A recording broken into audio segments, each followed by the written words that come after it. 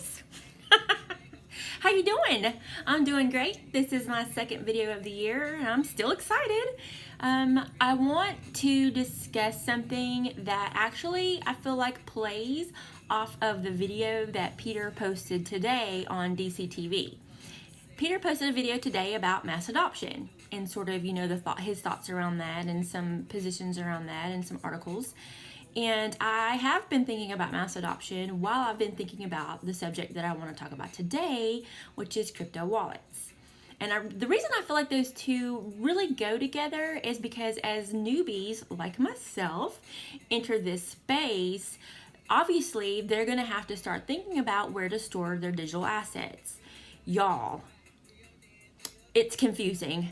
It's very confusing, and I feel like that is going to be a major turnoff, a major resistance for newbies.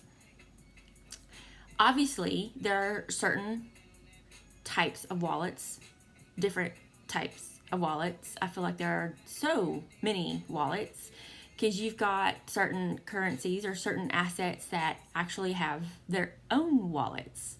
So it's just really hard to really review all the information. And actually, I've been on the Bitcoin pub several times this last week, just specifically reading through all of the articles, all of the discussions, all of the conversations around all of the different wallets. Yeah. So I understand you've got your hardware wallets, you've got your wallets that are online, you've got your paper wallets, and then you've got your application wallets. And really, out of all of those wallets, I have all of them, or I had all of them but one. But now I find myself with all of them. I have the Bitfee. Where is it? Oh, here it is. I have the Bitfee. This is my hardware wallet, and I love it. I really don't understand why they call it a wallet, because there's nothing in it. I mean, it doesn't even store. It just allows me a place that's encrypted that I can type in my private key to access my assets.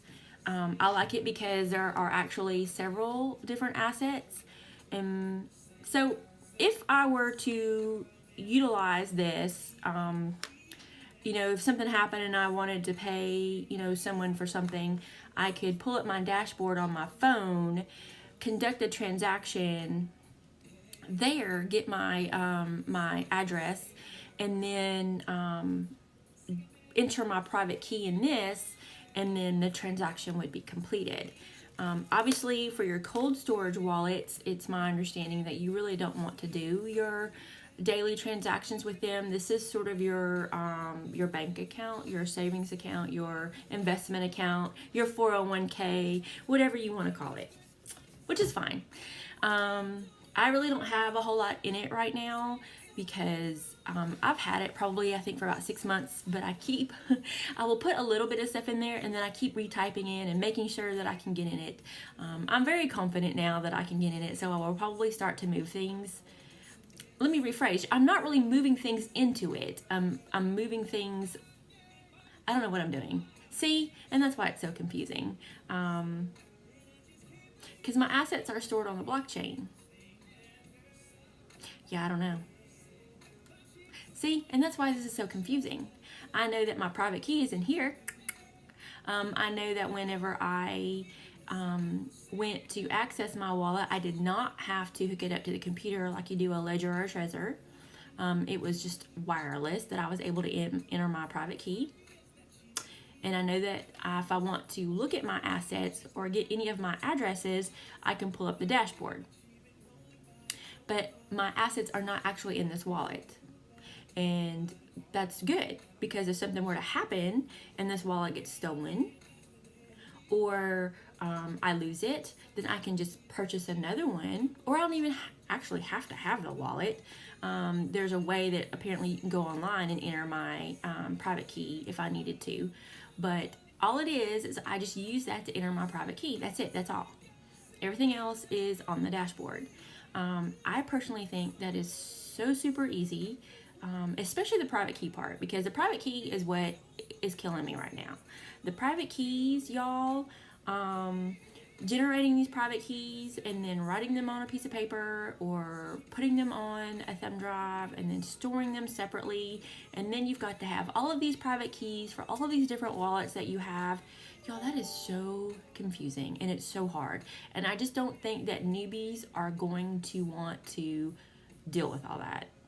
I think that newbies will just stick with Coinbase, especially when they start to use yen.io, and as you're socially interacting with your groups in your community, you choose to purchase some cryptocurrency. 3 clicks later, it's sitting in your Coinbase account. I do realize that obviously if you don't have your private key, it's really not your Bitcoin. We get that. But when you're looking at daily transactions and using this, then it's just so much easier for me to pull up my Coinbase account, transact with someone peer-to-peer by pulling up the app on my phone, and it automatically comes out of my Coinbase wallet. So for me, that's just easiest. I also bought some of these. I did not own paper wallets until just now, but can you see them? Okay. Heavily Armed Clown with DCTV actually posted on yen.io about these cute little wallets. I actually love them. See, and I really think wallet is just a completely wrong name. I'm just gonna say it's just a completely wrong name. These aren't wallets. These are like symbols or something.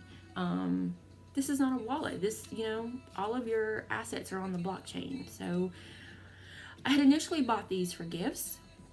I think I've decided that I'm still going to give them as gifts, but I'm not going to generate my private key, because in reading through the Bitcoin pub, I was looking specifically for articles and conversations around generating your Bitcoin public and private keys, and I am just not comfortable doing that.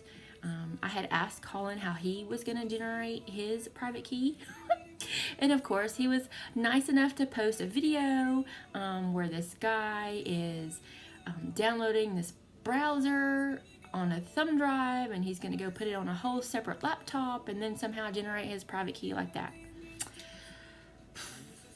I can't do that.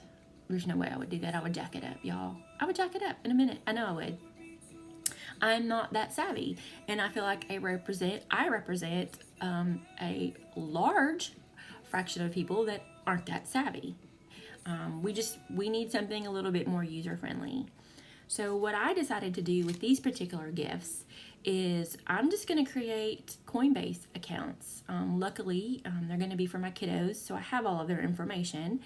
And I'm just going to put their public, or their address, their Bitcoin address, or a Bitcoin address on these, and then they'll have them, and then they'll understand. And then if they choose to want to, generate private keys for, paper wallets later, then they can. Maybe that process, I'm hoping that process will be more user-friendly. And that is what I loved about the Bitfee. I was able to generate a phrase. It's a phrase. I didn't have to write it down. I don't have to save it anywhere. Anytime I want to access my assets, I just type in the phrase that I thought of. It's all right here. See? Easy. I don't have to go find a bunch of randomly generated numbers and worried about typing them in and typing them in wrong, or whatever that looks like, copying and pasting them wrong, that sort of thing. So I really like that about the Bitfee, and I really wish that more wallets would move toward that process of letting you generate your own phrase.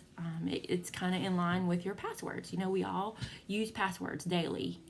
You've got to have a password for your bank accounts. You've got to have passwords for so many different things. I know at work I probably have about 4 or 5 passwords. So I just feel like being able to generate a private phrase as your key would work so much more better and is so much more user-friendly than the current process with so many other different wallets. So with that being said, if you've got any feedback about that, or if I've missed an article or a thread discussion around how to generate your private and public keys for your Bitcoin, for your paper wallet, I would certainly appreciate that. Right now, I don't see a way to do it secure enough that I am comfortable doing it. I thought about doing a private browser and having, and using the like bitaddress.org or something and generating it using a private browser. But I don't know. I'm not comfortable. I'm not comfortable doing that.